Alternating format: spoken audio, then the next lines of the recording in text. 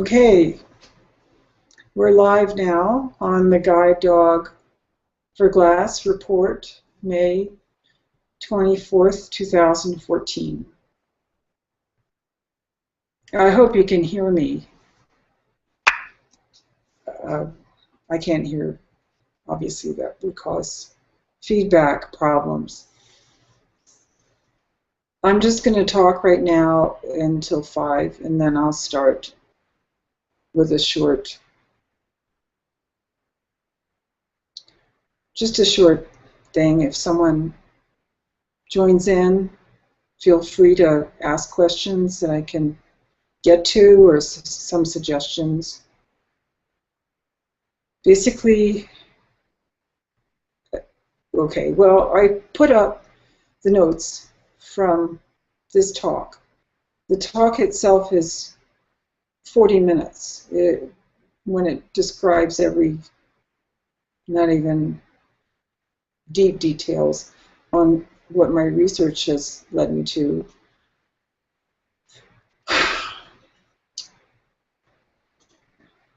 But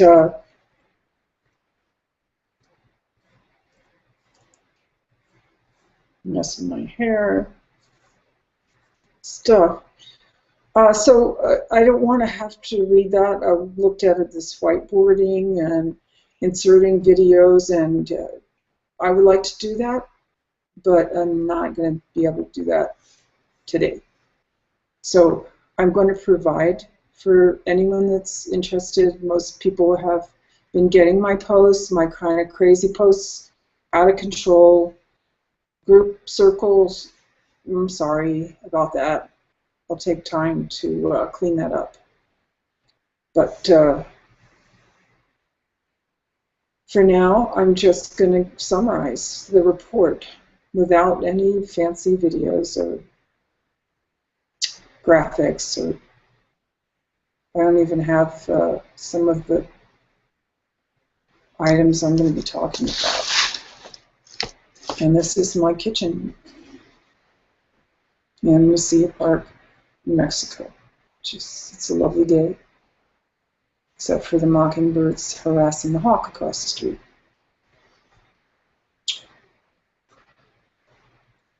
Checking our time here. Still have 5 minutes before we go, before we see anybody there. So I'll talk a little bit about why I got interested in Google Glass, and specifically for the blind and the visually impaired. My younger sister in childhood, due to brain tumors, was left legally blind. She had extreme tunnel vision, and although she managed without any adaptive assistance, she had a very difficult time, and it was keeping her from doing what she wanted to do. She was a very active volunteer at the local hospital, and she really could not travel outside of a certain, small circle. She couldn't.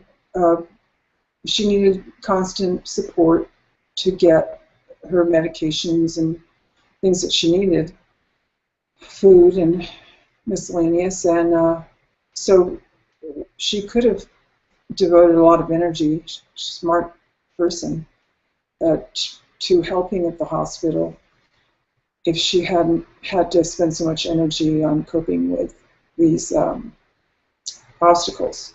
Secondly, my niece was born prematurely, and as a result, was blind from the time she was in pediatric ICU, and now she's 13.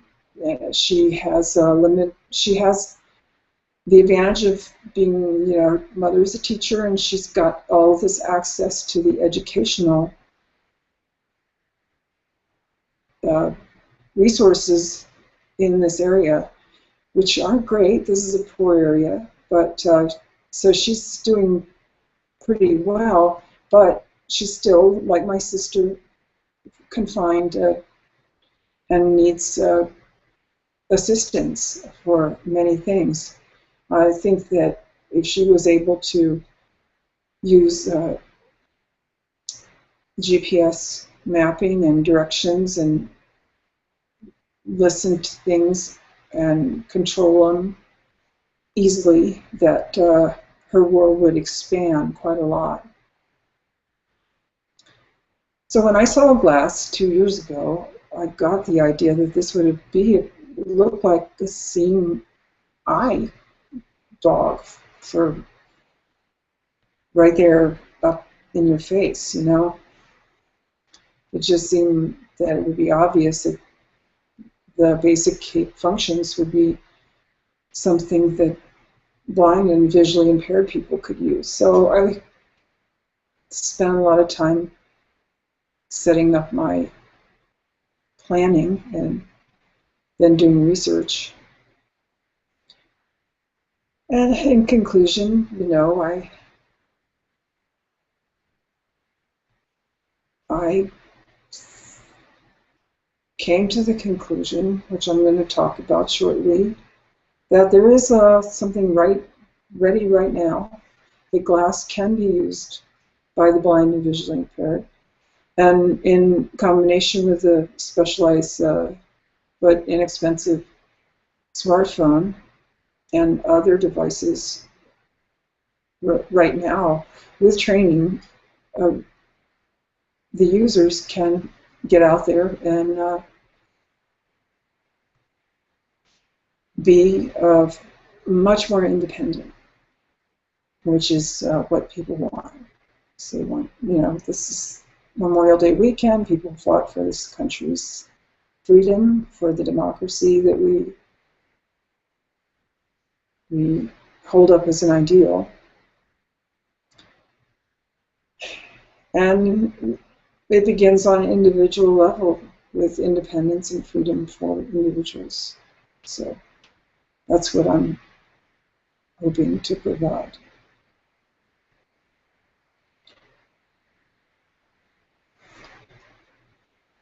Just checking time. Okay, so it's 4 o'clock again, so I'm going to start again with the official intro.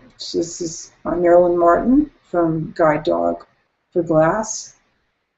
This is a GuideDog4Glass report on Friday, May 24th, 2014. We're here to look at what glass and other assistive devices and smartphones can do for the user. Attached to a previous announcement was a series of whiteboard kind of sketches of the long version of the details of this broadcast, plus some diagrams. And then I'll be putting up some links to some videos that I referred to in the notes and I might refer to in a short broadcast here.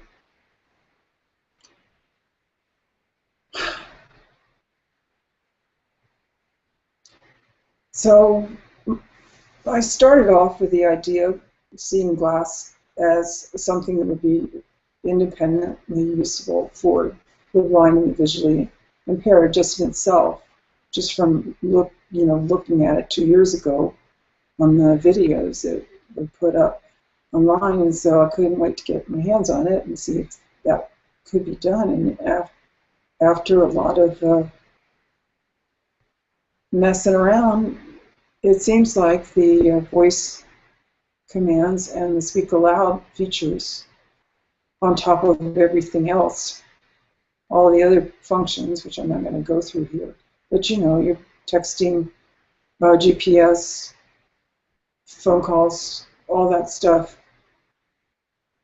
It's extremely handy to be able to be hands-free. Now, right now, I don't think you can be hands-free, but you can come close to it. So I'm assuming everyone's pretty familiar with Google Glass functions as they are, and the hardware and their limitations, and what probably would be be improved in the future. So I'm going to just move on to my recommendations to pair up with your Google Glass.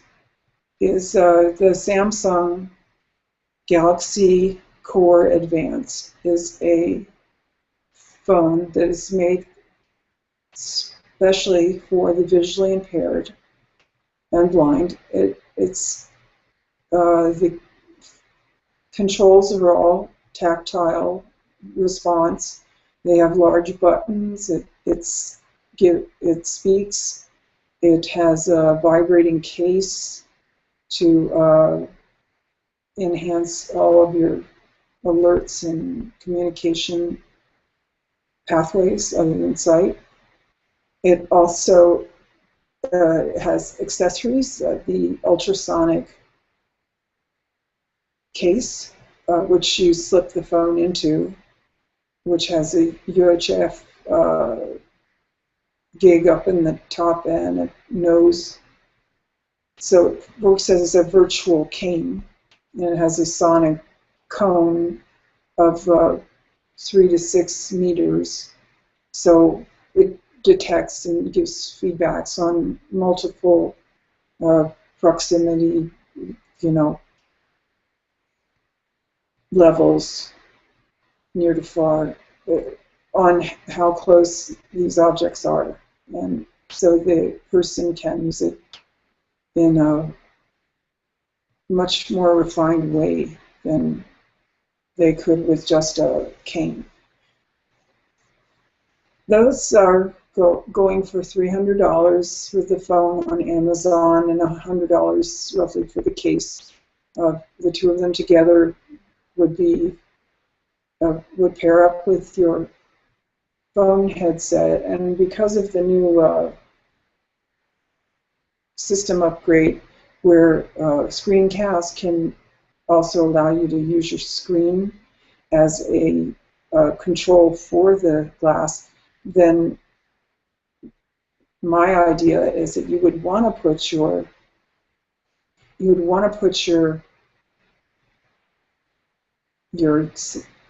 the Galaxy Advance Core with the UHF case in a alert from calendar.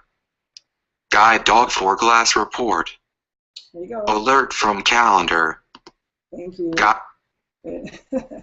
I need my computer to help me. If you put it on your wrist with the sonic pointer nose, as I call it, pointing outwards, you would have some hands-free. You could operate the Samsung phone through the cover on through your hand wristband, and so hands-free is one of the important parts of being independent. Wi-Fi.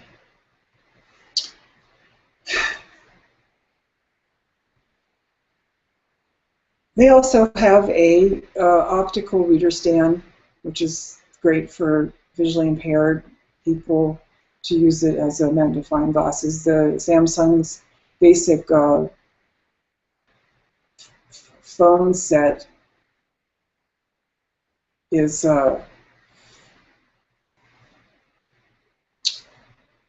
already has presets for the blind, visually impaired, and then you put documents and photos, and you can look at them and take pictures and do that. So they also have Samsung specialized RFID tags, which you can write to from your phone and then place, so you can tag items and have the ability, since the Core Advance has the ability to read RFID chips. The phone can read your tags wherever you place them. There's also, a bunch of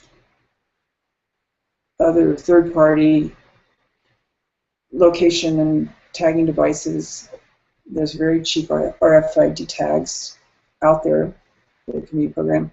Node, tile, these are some of your new Kickstarter items that are going to be helpful. You can find them. Some of them have a directionality pointer on your phone so that you not only can set it off and listen for it, you can actually hone in on the signal. Home would be the product there. So there's a lot out there, and if you look at my notes, you'll see a more exhaustive list of that.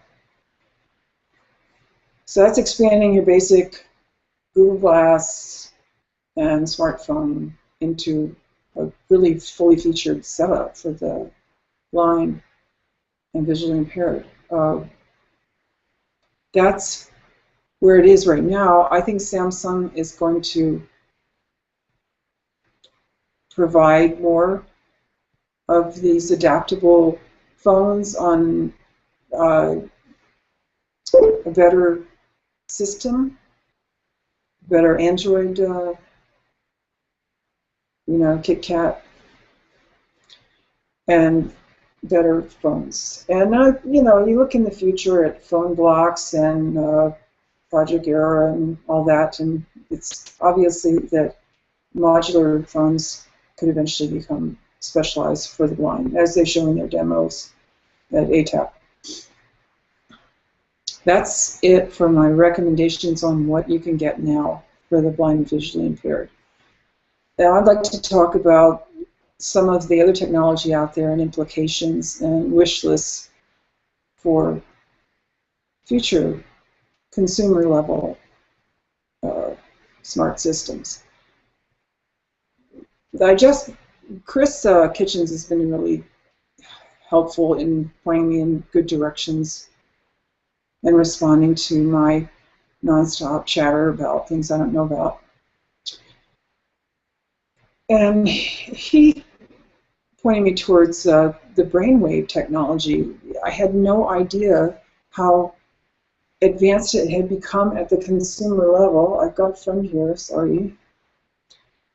that to the point that you, for $60 on Amazon, you can go buy, you can look it up, you can go buy yourself some kitty cat ears with different animal fur covers, and they hook into your brainwave, and the ears signal your brain, state of mind. Now, of course, I have to have that. I have to have everything that is smart and new and wonderful, and that is one of the things. But for $60, they've got something that supposedly reads brainwaves. I'm kind of skeptical, but seeing Muse, another project, Muse, has really developed this brainwave.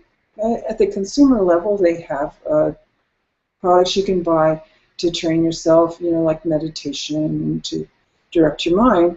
But they've applied it to things like remotely changing the color of the lights on Niagara Falls. They're based in Toronto, so they're the Canadian Parliament, other important monuments. Of course, there's a lot of stuff going on behind the curtain, but the individuals can sit there with their brainwaves and just go into controlling the color. But I can't control this fly. Okay, so my vision is that somehow there someday soon, which seems to the future seems to come sooner than it used to. What used to be like next year seems to be tomorrow, if you know what I mean. That brainwave device would be available. That kind of capability would be available in something like a Google Glass setup, so that people who are kind of locked in, people who have paralysis of sorts, any sort of strokes and so forth, even people who are just limited to eye movement could be able to control their environment and have that freedom, the feeling of control, which is part of independence, of self-control, through the minimal amount of physical control. You know, hello, eyes, winks, the wink control, brainwave monitors. Then people who have smart prosthetics, the vets that are coming back, they could certainly use such devices as controlling devices.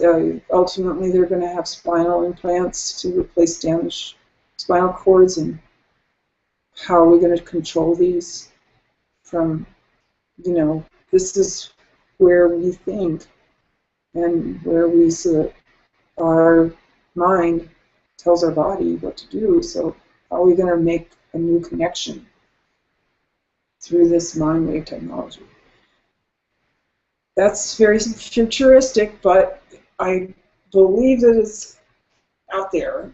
And I'd like to end this by directing you towards watching a YouTube video. I'll put the post up of the channel, in which a blind man drives a Google car to Taco Bell, and the look on his face, you know, he doesn't want to get out of the car. Now, if Google cars and Google Glass or whatever it's going to be, mind wave control, if they're going to work together and provide independence for people who can become productive and just, you know, they can fulfill their abilities, then we will be making a better world, no doubt. So that's it for now. Thank you for watching this. Whenever you do, peace out. Goodbye to the fly. Bye.